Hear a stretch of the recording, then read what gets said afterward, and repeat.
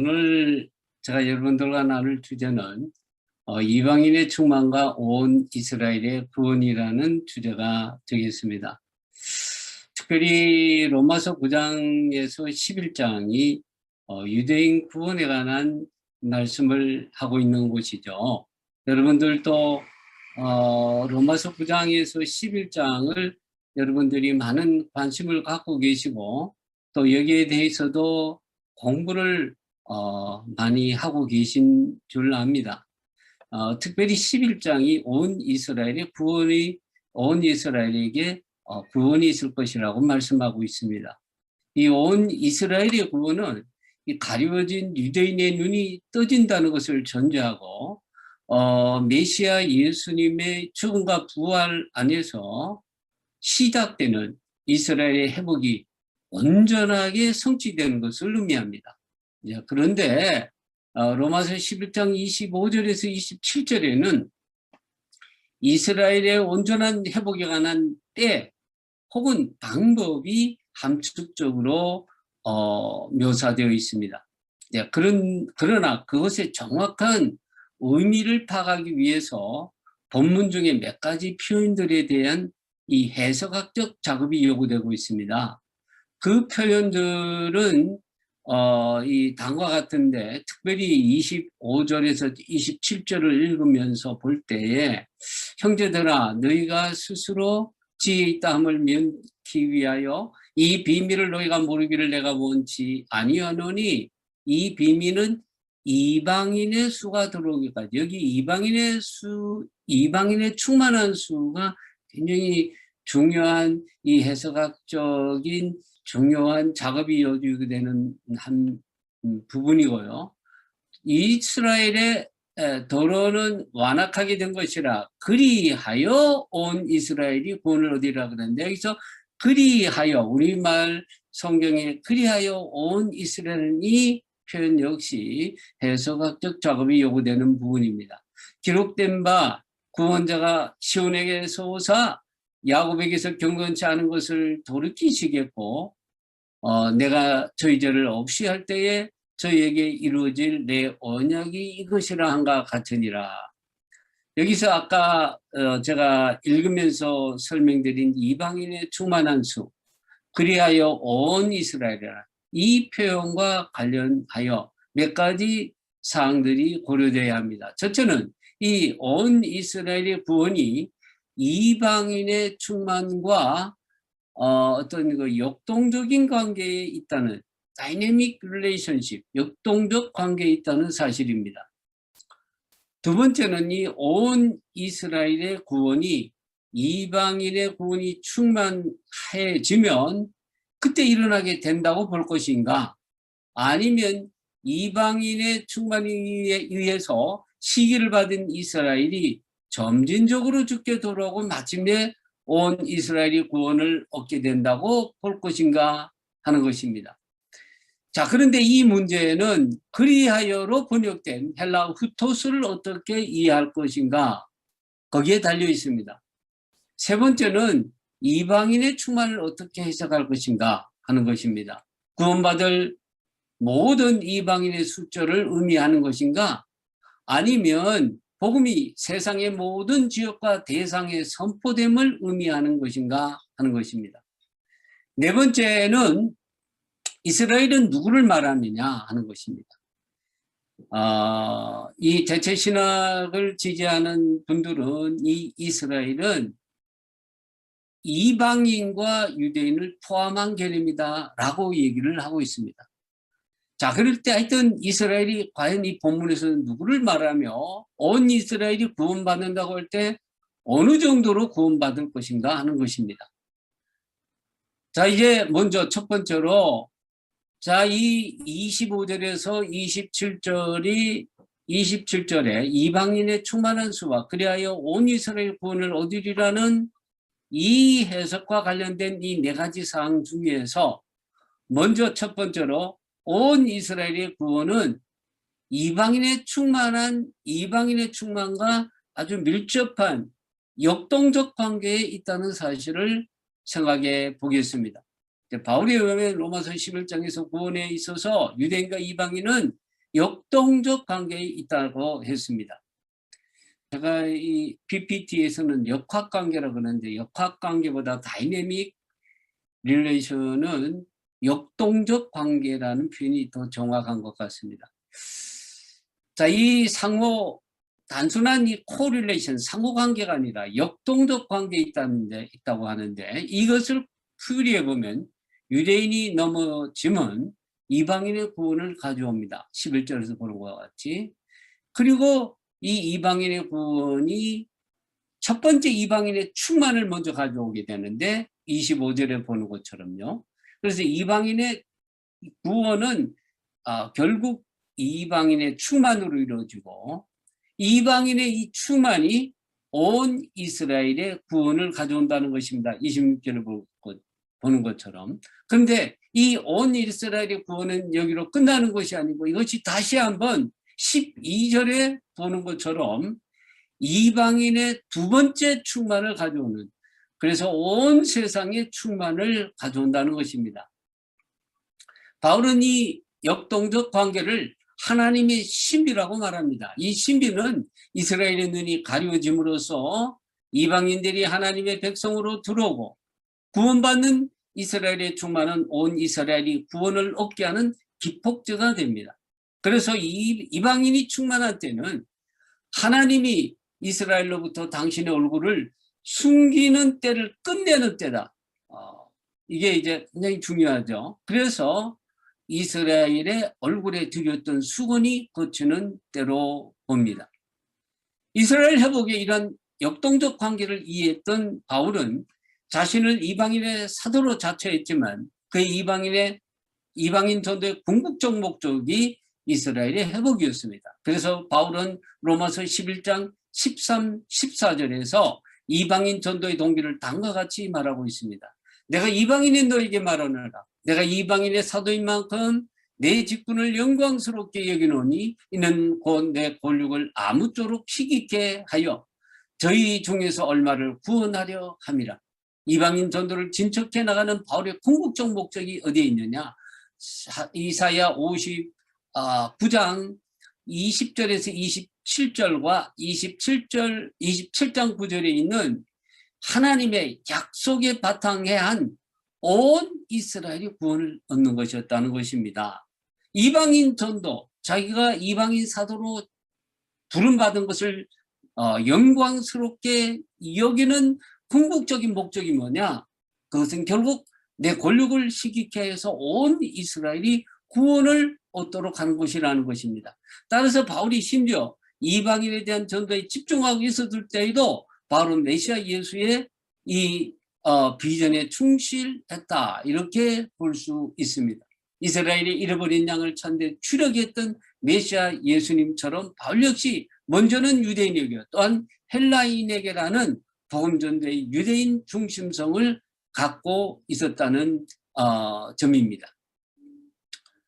자, 그 다음 우리가 두 번째 살펴볼 중요한 이 네 가지 요소 중에 하나는 이 그러므로, 우리말 성경에 있는 이 그러므로, 이것이 헬라어로는 카이후토스인데요. 이 카이후토스의 해석입니다.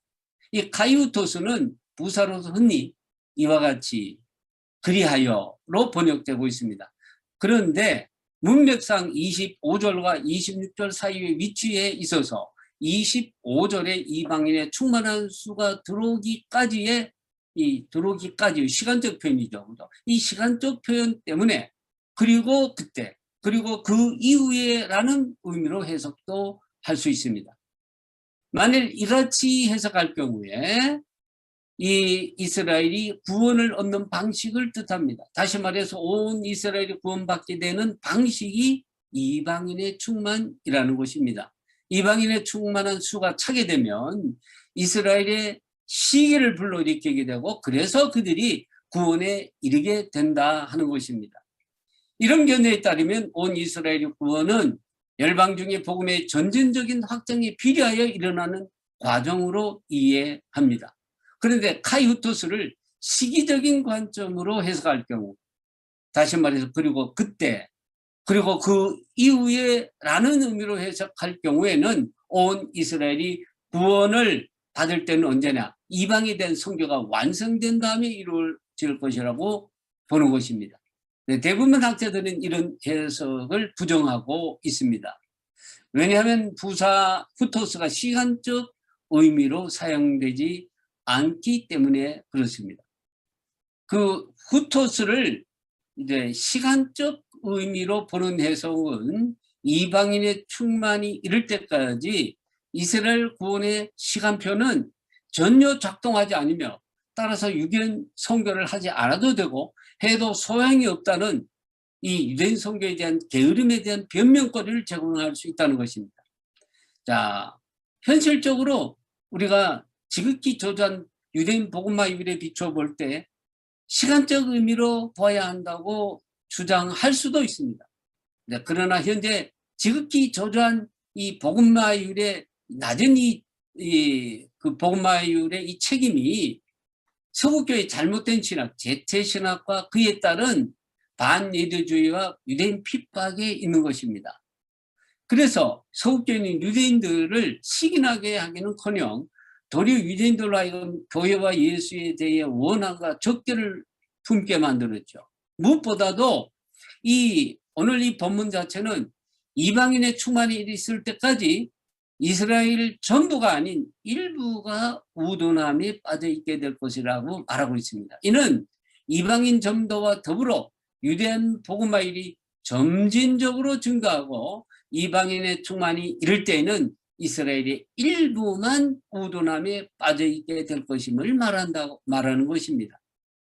바울은 이러한 비전으로 이방인 전도에 열심을 다했던 것입니다. 결론적으로 현재의 저조한 유대인 복음화율에 비추어서 후토스를 시간적인 의미로 해석하는 것은 설득력이 없지만 문맥과 용례의 측면에서 시간적 의미로 해석하는 것은 옳다고 볼 수가 있습니다. 그래서 후토스를 시간적 의미로 해석할 때에 25절이 이방인의 충만과 26절이 온 이스라엘 구원을 얻으리라는 이 말씀은 단어같이 연결되는데 이방인의 충만이 있게 되면 그때 온 이스라엘이 구원을 얻게 된다 하는 것입니다. 자, 그러면 세 번째 25절에서 11장 25절에서 27절에 있는 이 말씀을 우리가 전체적으로 해석하는 데 있어 세 번째 중요한 해석학적 이 포인트는 이방인의 충만의 의미가 되겠습니다. 자, 이방인의 충만, 이것이 헬라어로 플레로마, 이 충만이 플레로마인데 이 플레로마, 이 충만이라는 말은 일반적으로 사물이나 시간의 충만 혹은 온전함을 의미합니다. 이방인의 충만이 구원받게 될 이방인의 충만이냐 아니면 복음이 모든 열방의 충만이 증거됨을 말하는 것이냐에 대해서는 논란이 있습니다. 역사적으로 볼 때 구원받을 이방인의 숫자를 가늠한다 하는 것은 사실상 불가능하죠. 그래서 이방인의 이 충만은 온 세상 열방의 족속을 총칭하는 이 이방인이라고 할 때 이방인은 일단 온 세상 열방의 족속을 총칭하는 개념이고 이방인의 충만은 뭐냐? 이 천국 복음이 모든 민족에게 증거되기 위하여 온 세상에 전파되리니 그들의 끝이 오리라는 마태복음 24장 14절의 말씀과 연결해서 생각해 볼 수 있을 것입니다. 사실 이 부분은 제가 첫 번째 강의 때 이미 잠깐 말씀드렸던 부분이기도 합니다. 이 말씀에 의하면 복음이 모든 민족 열방에게 증거가 되면 세상의 끝, 곧 그리스도의 재림이 있게 된다는 말씀입니다. 여기 이제 마태복음 24장 30절이 있죠. 그래서 로마서 11장 25절에서 26절에서 이방인의 충만을 예수 그리스도의 재림의 전제로 해석할 경우에 이방인의 충만을 마태복음 24장 14절과 연결해서 온 열방의 복음이 충만히 전파되는 상황으로 해석할 수 있습니다. 이는 예수님께서 제자들에게 땅끝까지 복음을 증거하라는 예수님의 위임 명령이 실현되는 것을 의미합니다. 그리고 이방인의 충만은 이방인의 때의 충만과 관련이 있습니다. 바울은 이방인의 충만이 있기까지 이스라엘이 도로는 영적인 소경 상태에 있게 될 것이라고 말하고 있죠. 25절에서. 그래서 유대인들의 영적 소경 상태가 끝날 때는 이방인의 충만이 있게 될 때입니다. 그래서 이 데이비드 플루스라고 하는 히브리 대학의 이 작가하신 이 교수님은 바울이 말하는 이방인의 충만을 이방인의 때의 충만, 곧 이방인의 때의 종식으로 해석합니다. 이 플루스의 해석에 의할 경우에 이방인의 충만으로 인해서 이스라엘의 영적 눈이 열리는 때는 언제냐? 이방인의 때가 종식되는 때라고 볼 수 있습니다. 주님께서는 유대인들의 이 황폐함이 종식될 때를 다음과 같이 말씀하셨습니다.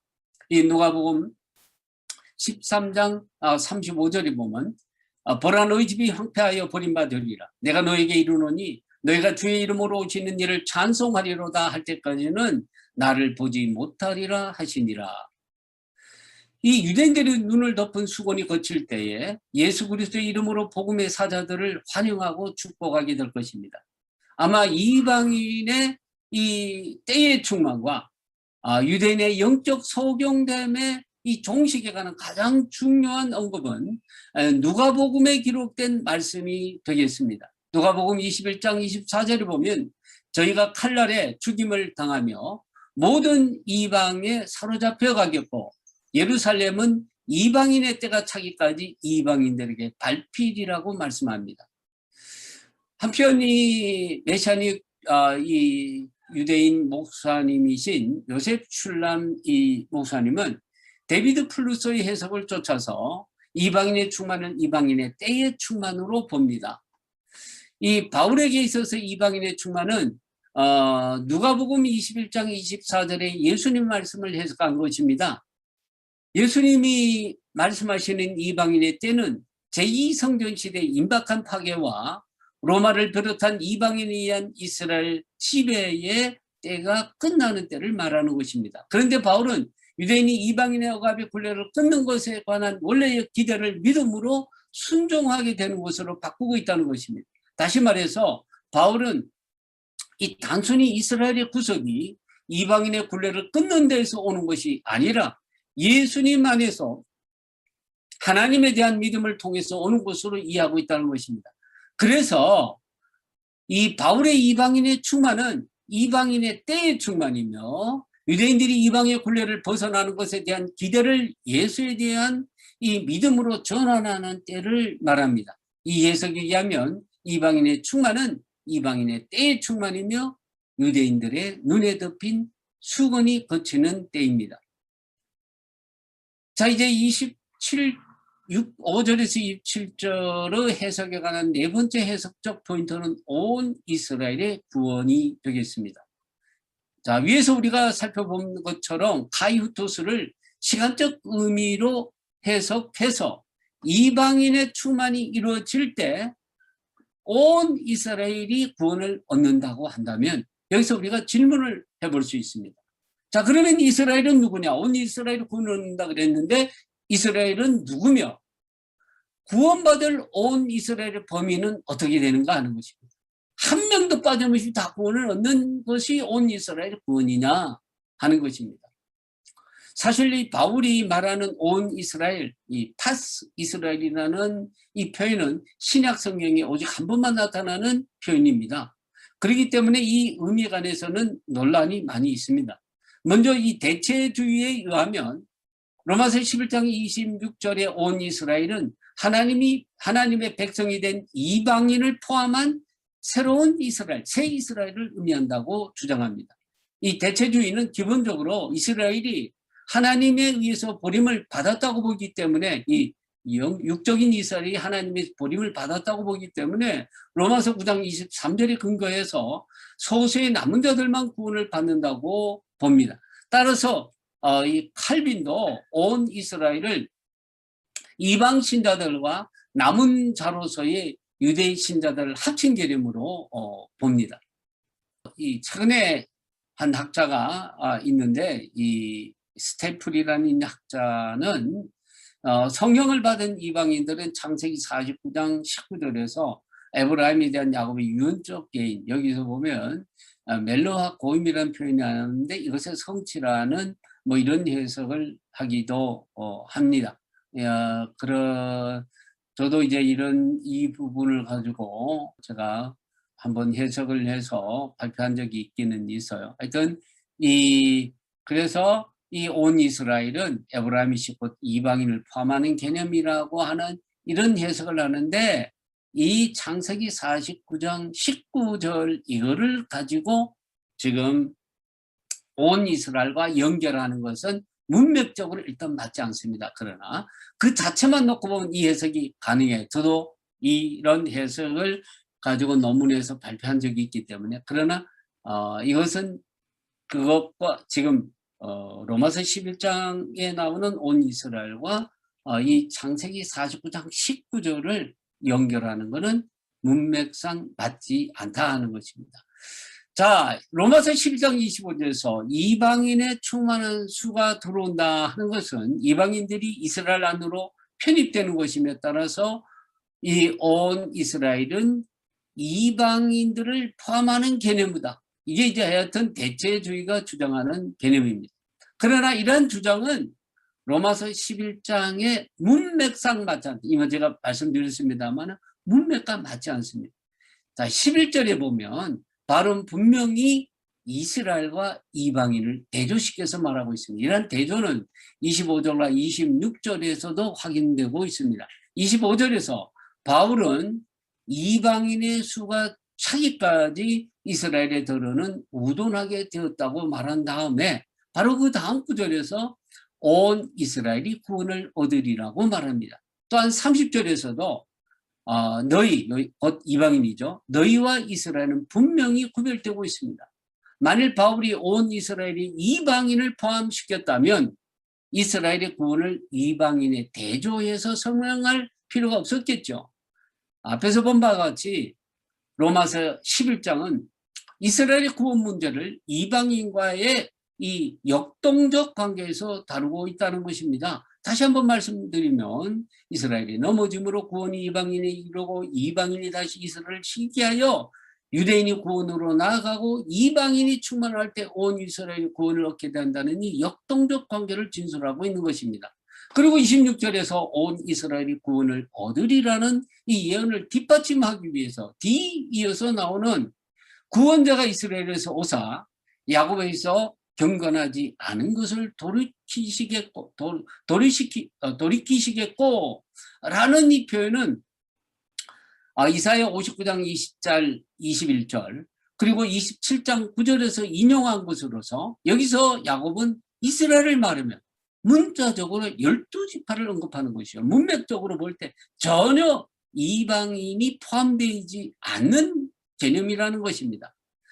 자, 구약에서 154에 나오는 온 이스라엘, 이 표현은 대부분 이스라엘과 병용이 되고 있습니다. 이 표현이 포르기 전에 북이스라엘만을 가리키는 개념으로 사용이 되기도 했지만 기본적으로 여기서 이스라엘은 언약 백성과 관련되는 개념입니다. 이스라엘의 12지파를 가리키는 개념이라는 거죠. 자, 이 이스라엘의 표현에 온 모든이라는 수식어를 붙이는 이유는 이 표현을 통해서 이스라엘을 연합된 실체로 나타내기 위함입니다.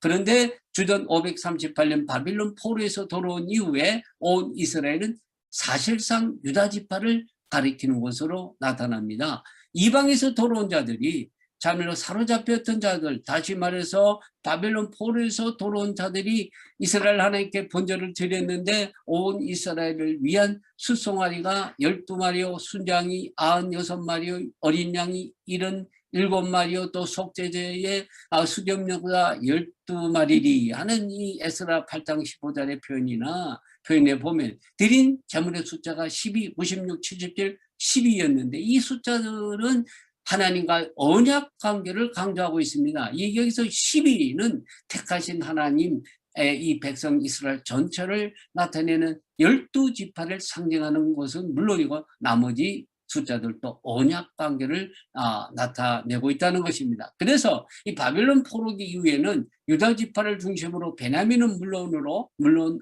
물론이고 이 북왕국 10지파 주민 중에도 유대인으로 흡수되어 온 이스라엘을 구성했다고 볼 수 있습니다. 주전 722년 북왕국이 멸망하자 남왕국으로 내려온 주민들과 사도행전 2장 9절 10절에서 언급되고 있는 북왕국 출신 디아스포라들이 유대인으로 흡수되었다고 볼 수 있습니다.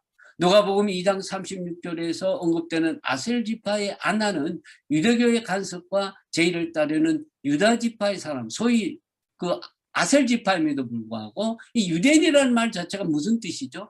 유대 지파의 사람이라는 뜻인데 이 유대인으로 흡수된 이 북이스라엘 지파 사람들의 한 예가 될 것입니다. 이들이 잡혀갔던 지역들은 사도행전 2장 9절 10절에서 언급된 지역들, 특별히 이 바데, 이 파르티안이죠. 메데, 메소포타미아에 포함되어 있습니다. 이 지역들은 아시리아에 이어서 바벨론, 파르자, 이 페르시아 제국의 본고지였습니다. 남왕국 주민뿐만 아니라 북왕국 주민들이 포로로 잡혀갔던 곳이죠. 따라서 이 바우캄 같은 학자는 사도행전 2장의 오순절 순례객 중에 북왕국 출신 사람들도 포함되어 있었을 것이며 그 일부가 귀환하여 정착했을 것으로 추측하고 있습니다. 이들 이 북왕국 출신들 역시 이미 유대교의 관습을 받아들이고 있었음을 생각해 볼 때 유대 지파에 흡수되어 모든 이 이스라엘 지파는 외부인들에 의해서 모두 유대인으로 불리게 되었다고 볼 수 있습니다. 따라서 이 제2성전 시대 말에 온 이스라엘이라는 표현은 이상적으로는 대다수 돌아오지 아니하는 10지파를 포함하는 10지파를 전제하지만 실제적으로는 베냐민을 포함한 다른 지파 거민들을 포함한 유다 지파와 동일시되고 있습니다. 그런데 왜 바울은 유대인의 구원을 진술하는 로마서 9장에서 11장에서 왜 온 유대인이 아닌 온 이스라엘이라는 표현을 쓰는가 하는 것입니다. 물론 이제 앞에서 본 바와 같이 온 이스라엘이 12지파를 전제하기 때문이지만 본질적으로 이스라엘은 하나님과 언약 관계에서 출발하기 때문입니다. 유대인은 유대 지파에서 출발하여 비공식적으로 형성된 개념이라면 이스라엘은 하나님과의 언약의 상대자로서 12지파를 전제하는 개념입니다.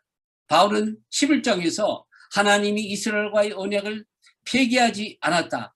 하나님이 자기 백성을 버리셨느냐? 그럴 수 없느니라는 이 표현을 통해서 11장부터는 유대인 대신에 이 언약 관계에서 지금 얘기를 하기 때문에 유대인, 앞에는 유대인이라는 표현을 많이 씁니다. 이스라엘 표현도 나오지만 대신에 언약 관계 개념인 이스라엘이라는 표현을 쓰고 있는 것입니다. 왜 그럽니까? 언약은 결코 파기되지 않는다는 개념 때문에 그렇습니다. 사실 이 개념도 제가 한번 이미 말씀드렸습니다. 하나님이 자기 백성을 버릴 수 있느냐? 하나님이 자기와 언약을 세운 백성을 버릴 수 있느냐? 이것은 하나님의 뭐에 위배되느냐면 하나님의 신실함, 하나님의 뭐예요? 헤세드에 위반되는 겁니다. 그렇기 때문에 하나님은 어디에 꼼짝 못하시냐 하면 언약이라는 하나님의 약속 그 자체에 꼼짝을 못하시는 것입니다. 하나님이 자기가 택해서 맺은 이 언약 백성은 절대로 못 버린다는 것입니다. 그래서 바울은 11장에서 유대인이라는 자기 동족에 가르칠 때 유대인이라는 표현을 쓰지 않고 의도적으로 이스라엘이라는 표현을 쓰고 있는 겁니다. 자기 백성을 이게 지금 하나님이 자기 백성을 버리셨느냐? 이 표현 자체가 하나님이 자기가 스스로 세운 언약을 깨뜨리시느냐 이 말이거든요. 결코 하나님의 속성상 그럴 수 없느니라. 하나님의 언약과 연결해서 자기 백성의 구원을 지금 얘기하고 있는 겁니다. 그래서 그러면 온 이스라엘 구원을 얻으리라는 이 말은 이스라엘 민족 전체가 구원을 얻게 된다는 말이냐, 이런 질문을 해보게 되겠죠. 그죠? 다시 말해서 이방인의 충만이 이루어지기까지는 유대인들 가운데 개인적인 회심과 구원이 있다가 이방인의 충만이 이루어지면 이스라엘 민족의 거국적인 구원이 있게 된다는 말이냐, 이렇게 이제 물어볼 수 있겠습니다. 적어도 문맥상 바울이 이방인과 대조하여 온 이스라엘이라는 표현을 사용하는 배경에는 이스라엘 민족이 전반적으로 주님을 믿게 되는 상황을 담고 있다고 볼 수 있습니다. 온 이스라엘이라는 이 표현은 집합적인 전체를 나타내는 개념이기 때문에 유대인 모든 개인을 의미하는 것은 아닐지라도 예수 그리스도를 믿는 유대인들이 전체 이스라엘을 대표할 정도로 다수가 될 것임을 뜻하는 것은 분명하다고 보는 것입니다. 따라서 이 헐스가 지적하고 있듯이 온 이스라엘이 구원을 얻으리라는 이 말은 모든 유대인이 빠짐없이 예수 그리스도를 믿게 된다는 의미가 아니라 민족적 집합체의 대다수가 예수 그리스도를 믿게 되었음을 온 세계도 인정하는 상태를 뜻하는 것으로 볼 수 있을 것입니다. 온 이스라엘의 구원은 이방인들에게 다시금 그리스도를 향한 열망을 불러일으켜서 앞에서 본 것처럼 이방인의 충만 2, 그렇죠? 두 번째 다시 말해서 종말론적으로 이방인이 다시금 충만하게 되는 상황으로 이끌게 될 것으로 봅니다. 바울이 저희의 넘어짐이 세상의 부요함이 되며 저희의 실패가 이방인의 부요함이 되거든 하물며 저희의 충만함이리요 라고 그렇게 로마서 11장 12절에서 예언했듯이 온 이스라엘의 구원은 이방인의 충만을 그 이전보다도 충만한 상태로 이끌 것으로 봅니다. 이는 우리가 물이 바다 덮음과 같이 여호와를 아는 지식이 온 세상에 충만하게 될 것을 예언할 이사야의 이 예언, 이사야가 11장 9절에서 예언한 바와 같은 이 종말론적 구원의 성취이며 말일에 만방 온 열방이 예루살렘으로 경배하러 몰려올 것이라는 이스라엘 회복의 비전의 성취가 됩니다. 이 바울은 이방인과의 이 역동적 관계를 통해서 유대인이 영적 소경 상태에서 깨어날 것이라고 보았습니다. 그에 있어서 유대인과 이방인과의 이 역동적 관계는 온 이스라엘의 구원, 곧 이스라엘의 회복이 실현되게 하시는 하나님의 신비였습니다. 이 신비는 유대인들이 그리스도를 거부함으로써 구원이 이방인에게 이르고 이방인의 충만을 통해서 온 이스라엘이 구원을 얻게 되며 온 이스라엘 구원을 통해서 더욱더 이방인의 충만이 충만해짐으로써 하나님의 종말론적 구원계획, 물이 바다 덮음과 같이 온 열방이 하나님의 영광으로 가득하게 되는 이러한 하나님의 구원 계획이 성취되는 신비라고 하겠습니다. 따라서 온 이스라엘의 구원은 온 땅이 여호와를 아는 자들로 가득하게 되는 이 종말론적 구원의 완성을 향한 선취, 프리컴플리션이다, 이렇게 볼 수가 있습니다. 온 이스라엘 구원을 얻게 되면 왜?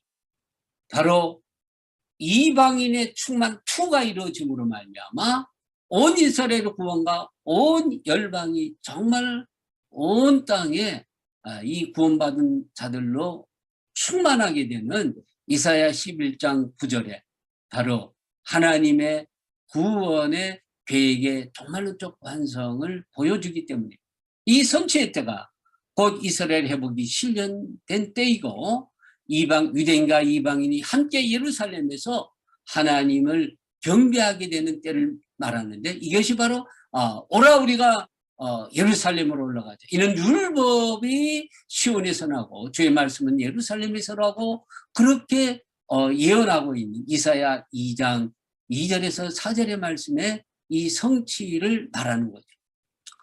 자, 결론적으로 오늘 말씀을 맺겠습니다. 자, 그러면 우리는 이방인으로서 어떻게 무엇을 해야 될 것인가? 그거는 방법론적으로는 뭐 여러 가지가 있겠지만 우리가 분명히 이 하나님의 온 열방의 구원의 계획을 이루어나가는 데 있어서 필연적으로 먼저 전제되어야 하는, 그것이 바로 온 이스라엘의 구원이고, 이 온 이스라엘의 구원이 궁극적으로는 이제 이방인의 이 충만으로 연결되어서 나가기 때문에, 오늘 우리가 이 유대인 구원, 이스라엘의 이 회복을 위한 이 분명한 이방인들의 종말론적 이 사명, 어떤 신학적인, 그를 위한 신학적인 이 동기를 분명히 할 필요가 있다 생각하면서 이 말씀으로 오늘 강의의 마무리를 지으려고 합니다. 자, 이 성경은 하나님의 종말론적 구원의 계획표가 완성의 단계에 있음을 알려주고 있습니다. 성경은 유대인들이 주님께 돌아오는 것이 이방인의 충만한 수가 구원을 받는 것과 밀접한 관계에 있으며, 이는 또한 그리스도의 재림과 밀접한 관계에 있음을 말씀하고 있습니다. 여기서 우리는 주님의 재림과 유대인의 회심 사이에 이방인의 종말론적 선교적 사명이 있다는 사실을 보게 됩니다. 첫 번째, 이 이방인의 종말론적 선교적 사명. 첫 번째는 우리가 이 사명을 빚진 자의 사명을 가져야 된다는 것입니다. 로마서 1장 14절에서 바울은 헬라인이나 야만이나 지혜 있는 자나 어리석은 자에게 다 내가 빚진 자라 그렇게 말씀했습니다. 이방인들은 이스라엘 혹은 유대인들을 통하여 복음을 듣게 되었으니 더욱 유대인들에게 빚진 자들입니다. 무엇보다도 이방인 신앙 선배들, 주로 이 유럽 신앙 선배들입니다. 이방인 신앙 선배들이 유대인들에게 저지른 잘못으로 인하여 유대인들이 주님께 돌아오지 못하게끔 방해한 죄는 작지 않다고 볼 것입니다. 이 빚과 죄를 갚는 길은 유대인들을 주께로 돌아오게 하는 일이 주어진 사명임을 인식하는 것일 것입니다. 우리가 여기서 조금 덧붙이면, 우리가 그 기독교의 반유대주의에 대해서 잠깐 살펴봤습니다. 이것이 유대인들로 하여금 기독교에 대해서, 특별히 예수님에 대해서 깊은 원한을 갖게 되었고, 따라서 예수님은 자기들을 핍박한 종교의 우두머리처럼 생각하고 예수님에 대해서 정말 저주하는 표현을 쓰고 있다는 것을 저희들이 보았는데요. 그러면 우리는 이 유대인들을 핍박한 그런 입장에 있지 아니하니 우리에게는 책임이 없다. 이제 그렇게 생각하면 오늘 우리가 정말 그 빚진 자의 사명을 우리가 잘 모르는 것입니다. 따라서 이 빚과 죄를 갚는 길이 바로 유대인들을 주께 돌아가는 일이라는 이 사명을 우리가 인식을 해야 된다는 것입니다. 두 번째로 이방인에게 제시된 선교는 우선성이 있다는 사실을 인식해야 합니다. 로마서 1장 16절에 보면 내가 복음을 부끄러워하지 아니하노니 이 복음은 모든 믿는 자에게 구원을 주시는 하나님의 능력이 됨이라. 먼저는 유대인에게 그리고 헬라인에게로다 말씀하고 있습니다. 여기서 먼저, 그죠? 내가 복음을 먼저는 유대인에게요. 그리고 헬라인에게, 이 먼저라는 이 표현이 헬라어로는 프로톤으로 나타나고 있는데, 이 프로톤은 시간의 순차적인 순서를 의미하기보다도 우선성을 의미합니다.